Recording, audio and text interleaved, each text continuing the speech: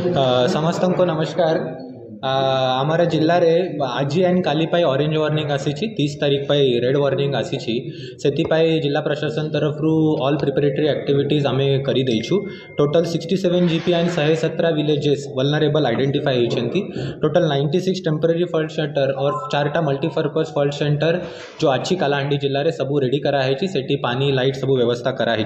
Block and यूएलबीज को कहुई कि DG set handpump and JCB stand by रखिए so that in case of emergency easy movement हो पार। मेडिकल पाई आम ईडीडी विदिन 10 डेज एमती 360 प्रेग्नेंट माँ मान को आइडेंटिफाई करूँ। एबे सुधा 66 शिफ्टिंग हो जाइए। बाकी आम अपेक्षार अच्छु कि काली मॉर्निंग सुधा हो। एंटी स्नेक वेनम्र sufficient stock and essential medicine sufficient stock Kalahandi जिले में अच्छी। और डीएचएच एंड सीएचसी रे जो डीजी सेट अल्टरनेटिव अरेंजमेंट रे डीजी सेट भी फंक्शनिंग अच्छी। डिस्ट्रिक्ट कंट्रोल रूम 24/7 रहिबो। डिस्ट्रिक्ट कंट्रोल रूम रा नंबर अच्छी 6670230455।